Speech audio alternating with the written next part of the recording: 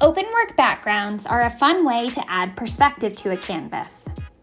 With all openwork background stitches, a portion of the painted canvas is intentionally left open. These stitches help the background recede away into the distance while you draw attention to the main portion of the design. One of our favorite openwork background stitches is a simple darning pattern. In this darning pattern, your stitches will span over 3 canvas threads. Stagger up and down, stitching 2 rows at a time, skipping underneath 1 canvas thread between each stitch. Darning patterns are worked like running stitches, meaning that you work straight across the canvas without doubling back on yourself as you stitch.